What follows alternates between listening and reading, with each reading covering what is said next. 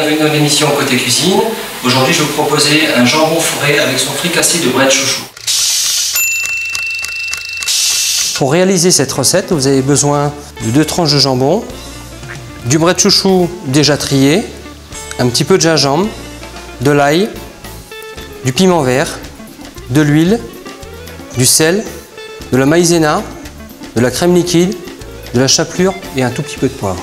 Pour commencer la recette, nous allons faire le fricassé de bras de chouchou. Donc on a besoin d'une poêle. Je vais toujours utiliser en fait des poêles anti-adhésives pour utiliser le moins de graisse possible.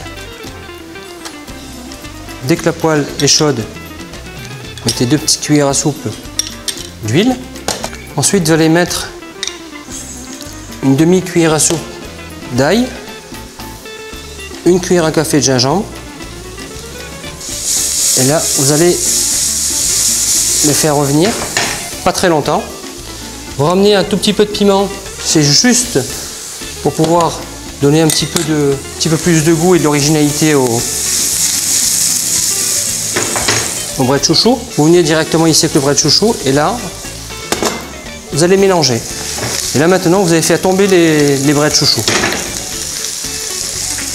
Vous n'oubliez pas de rajouter un tout petit peu de sel. Je vais prendre un tout petit peu de crème. À froid, hein, on va le faire. Hein. Une demi-cuillère à soupe, une demi-cuillère à café de maïzena.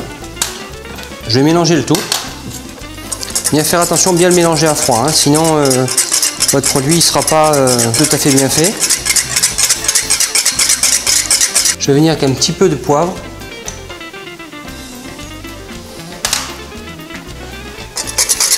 Voilà. On va faire un petit peu une béchamel, mais elle sera beaucoup plus légère. Et on pourra travailler avec notre jambon plus facilement.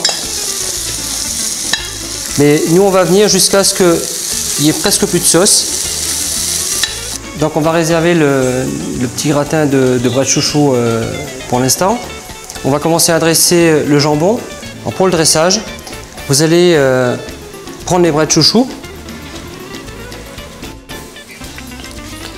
Je vais le rouler. Voilà.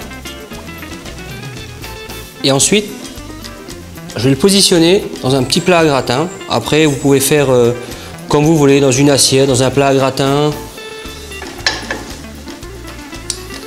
Ça va donner ça.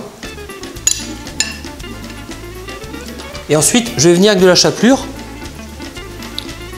Et voilà, je vais déposer un petit peu de chapelure. Vous pouvez mettre aussi du gruyère. Vous pouvez mettre aussi du gruyère, de la chapelure, c'est pas un problème.